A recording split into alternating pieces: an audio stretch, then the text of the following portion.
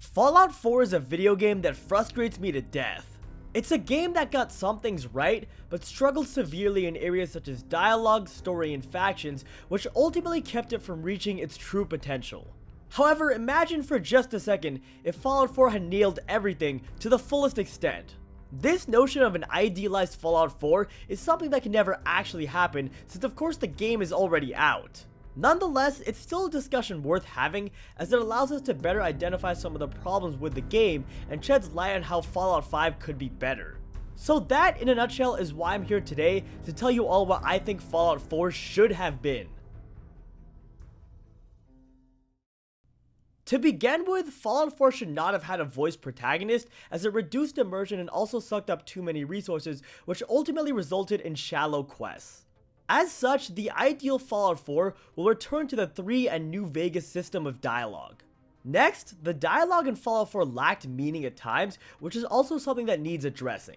Back in the days of Fallout 1 and 2, the conversations you had were much more meaningful, so the ideal Fallout 4 should go back to this. As an example, consider the following quote from President Richardson, the head of the Enclave in Fallout 2. "The only way for true humans and democracy to be safe is to cleanse the mutants from the globe. Part of the president's job is to make the tough decisions. A lot of near humans will sacrifice their lives for the return of humanity." The significance of this quote is that it's one of many in Fallout 2 critiquing American politics. President Richardson claims to act in the best interest of humanity, but as a man who intends to eradicate a good portion of his people, is this really the case? Richardson is analogous to many politicians in today's world who claim to make the tough decisions for the greater good, but in reality do not care for the greater good. Quotes like this add a philosophical dimension to the game, which Fallout 4 lacks. The ideal Fallout 4, however, will change that and have meaningful dialogue akin to that of Fallout 1 and 2. Moving on, let's talk about reputation and karma. Fallout 4 will use the same reputation system as New Vegas, and reputation will affect whether certain factions are joinable or hostile. High reputation could also result in free items, upgrades, companions, and more from the associated factions. The karma system will be similar to Fallout 3's, but the effects of karma will be a little bit different. First of all, there will be 10 perks associated with each side of karma. These perks are going to be passive and more akin to abilities, and moreover, as you progress to either side of karma, you will sequentially gain those 10 perks. The perks will do things such as affect how people treat you, give you unique dialogue options, and in some cases even combat advantages. Also, you can lose the effects of perks as your karma changes. For instance, if your karma plummets from good to bad, you're gonna lose all the good karma perks you gained and instead inherit bad ones. Lastly, karma will affect how you interact with your companions. You'll still have access to all the companions regardless of karma, but if you and your companion are on the same side of karma, he or she will get a bonus and will be more effective. The next major change in the ideal Fallout 4 is ammo crafting. This feature will not only allow you to craft, but also customize and mod any type of ammunition. For instance, you can make custom fusion cells that electrocute your opponent or freeze and slow them. Another thing that will be present in the ideal Fallout 4 is weapon degradation. This will add another dimension of difficulty to the game, as was the case in 3 in New Vegas. However, unlike weapons in Fallout 3, they won't be insanely inconvenient or impossible to repair. Also, the jury rigging perk from New Vegas will return. Speaking of perks, let's talk about the perk and skill system for the ideal Fallout 4. This system is a little bit complicated, so bear with me here for a second. The perk chart structure from Fallout 4 will be kept the same, and the perks will still have multiple ranks. However, the perks themselves will be undergoing drastic changes. One major problem with Fallout 4 is that a lot of perks are really boring and just increase something that should be a skill. Perks are supposed to allow you to break the rules of a game, not just make you do more damage or have higher damage resistance. So the ideal Fallout 4 will have no such perks. In fact, all of the following perks will be eliminated: Iron Fist, Big Leagues, Heavy Gunner, Basher, Pickpocket, Rifleman, Locksmith, Demolition Expert, Refractor, Toughness, Rad Resistant, Medic, Hacker, Sneak, Commando, and Gunslinger. For the most part, these perks just increase a skill, and as such their effects will be allocated to the skill system. Any perk that does have some unique effects at higher ranks will have those effects transferred to a different perk. Finally, the lost perks will be replaced by more unique and creative perks. I won't list any specific ideas, but I will say that some good examples Bethesda could take after are Concentrated Fire, Grim Reaper Sprint, and Wasteland Whisperer. Next, and this is one of the biggest changes to the game, skills will return in the ideal Fallout 4. All of the standard skills from Fallout 3 and New Vegas will come back, and most notably Survival will return from New Vegas. Survival will function similarly to New Vegas and also affects your radiation resistance. Moreover, a skill for crafting will be added that affects how good the weapon mods that you make are. Additionally, pickpocket, lockpicking, and hacking will be combined into a single skill, and barter and speech will be similarly combined. With the introduction of skills, perks in the perk shop will no longer only require a certain level of the corresponding special attribute to obtain, but it will also have a minimum skill threshold. For instance, the blacksmith perk might require a crafting skill of 30 as well as a strength of 4. Finally, there's one more change I want to make to the perk and skill system, and mark my words, this is a big one. Each skill will have 7 or 8 of what I'm dubbing usage perks associated with it that are independent of the perk chart. These perks will be akin to passive abilities and will function similarly to, for example, wired reflexes from Fallout 3. The usage perks will be labeled from 1 to 8 in increasing order of usefulness, and as you use the associated skill more, you will gain the perks in order 1, 2, 3, and so on. However, and this is essential, your progress in gaining these perks and the perks themselves will be entirely hidden from the player. As the player uses a certain skill more, they will seemingly randomly gain the effects of these perks. There will be a pop-up notifying that you've gained the perk, and you can check this in the effects tab of your Pip-Boy, but outside of that the player will have no idea what these perks are or how close they are to obtaining them. This will increase immersion and makes a lot of sense when you think about it, because the more you use a skill, the more tricks you learn. With the topic of skills and perks out of the way, let's move on to yet another heavy topic in quests. Quests in Fallout 4 are unfortunately very shallow, so of course we're gonna change this. Unfortunately, it's impossible for me to describe how to change every single quest in Fallout 4, so instead I'm going to use a specific example to illustrate how this change needs to happen. The example I'll be working with is a quest called the Devil's Due. The major change we're going to be making to this quest is that it will now be centered around a large band of gunners that is smuggling Deathclaw eggs, and your job is to either destroy or join this group. Upon arriving at the Museum of Witchcraft, you're met by a panicking gunner named Private Heart, who asks for your help in saving a squad from a monster inside the museum. You enter and discover that the monster is none other than a Deathclaw. You're able to kill the Deathclaw, but it's too late to save Heart's squad as they've already been slaughtered. He says that his squad was tasked with transporting a case, but unbeknownst to everyone, the case contained Deathclaw eggs. The team was then attacked by a powerful Deathclaw and chased all the way to the Museum of Witchcraft, where all of them except Heart were slaughtered. Heart then tells you the location of his faction, which is a sub-faction of the Gunners, at which point you have two options. The first option is to annihilate these Gunners at their base, take all the Deathclaw eggs they have stored up, and return each of them to their nests. The reward for returning them is a permanent Deathclaw companion. At the final nest you deliver to, the Deathclaw there will be both friendly and available as a companion. The second option is to help them out and smuggle Deathclaw eggs to Wellingham, in which case they will pay you a good sum of money for each job. Moreover, you will receive the recipes for tasty Deathclaw omelet and Deathclaw Wellingham.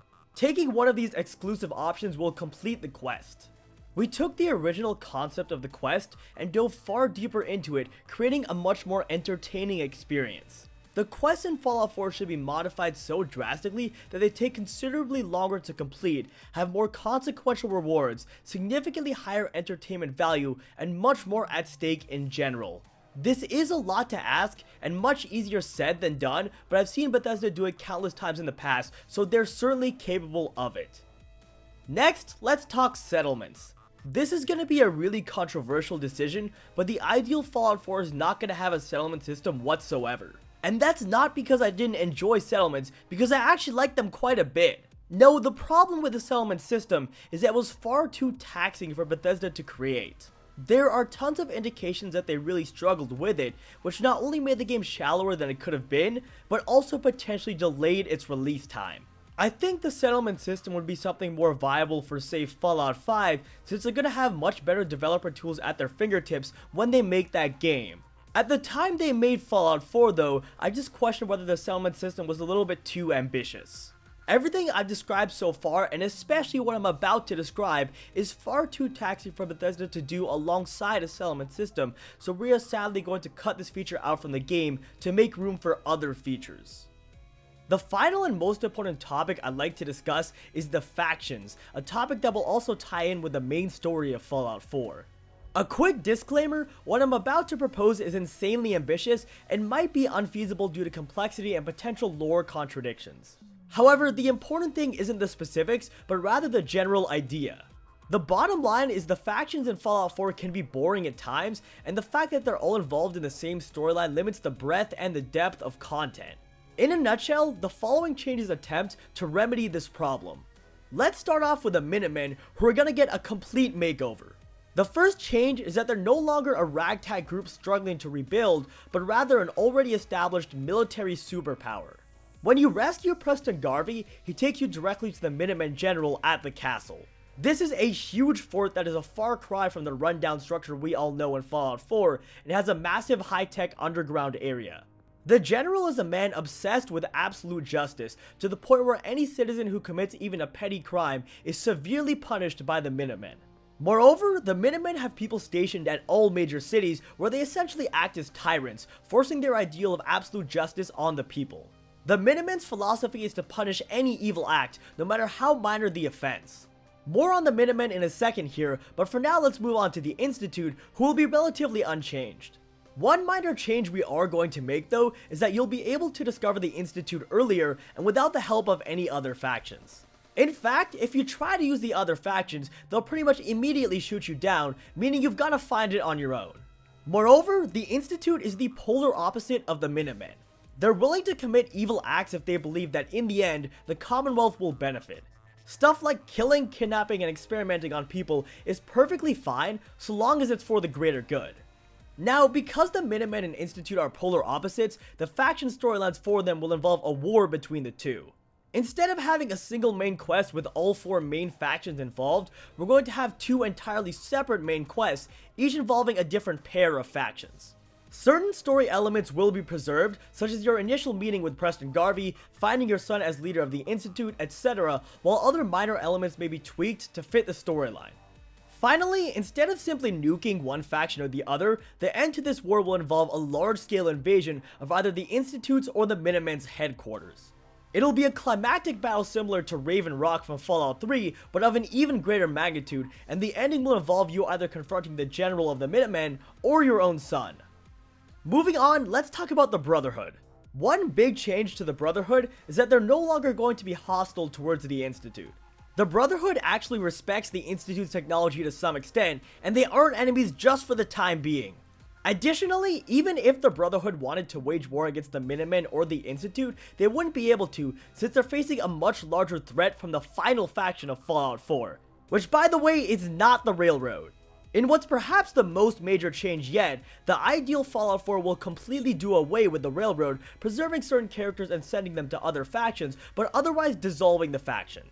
Instead, the Railroad is going to be replaced by a powerful faction of mutant equalists and supremacists known as the Harbingers. Led by their mutant king, the Harbingers are a radical organization that demands equality for supermutants, ghouls, and other intelligent mutated beings, but occasionally crosses into extremism. For now, they're on neutral terms with the Minutemen and the Institute simply because the two organizations are preoccupied with each other.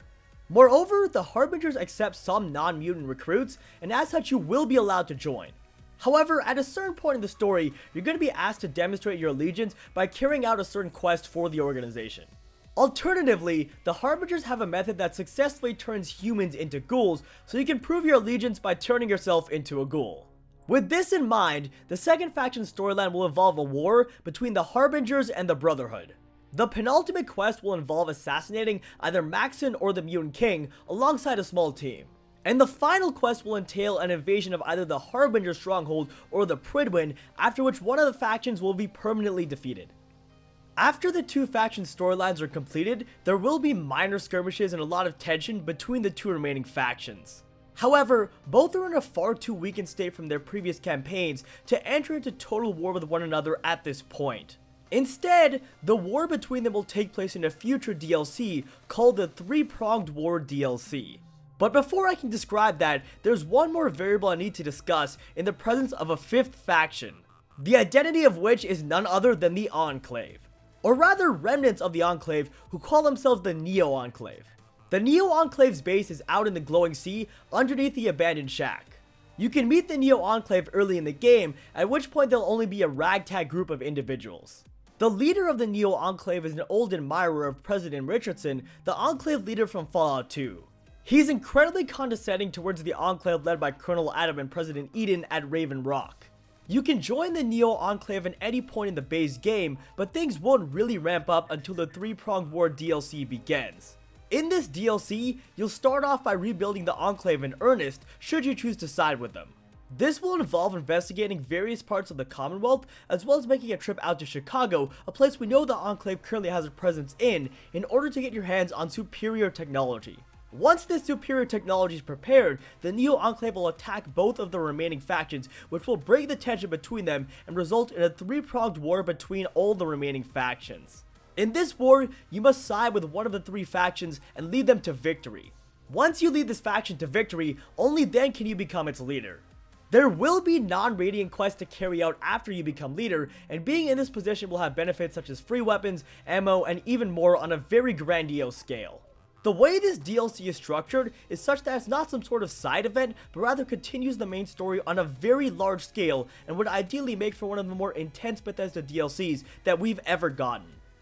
And that's pretty much gonna do it for the video, guys. I definitely did miss some things, since I feel like it's impossible to truly cover everything in a topic of such large scope, but hopefully I did hit on the major points. Also, be sure to let me know your thoughts on the video down below in the comments. If there's anything you agree or disagree with me on, I'd love to hear about it.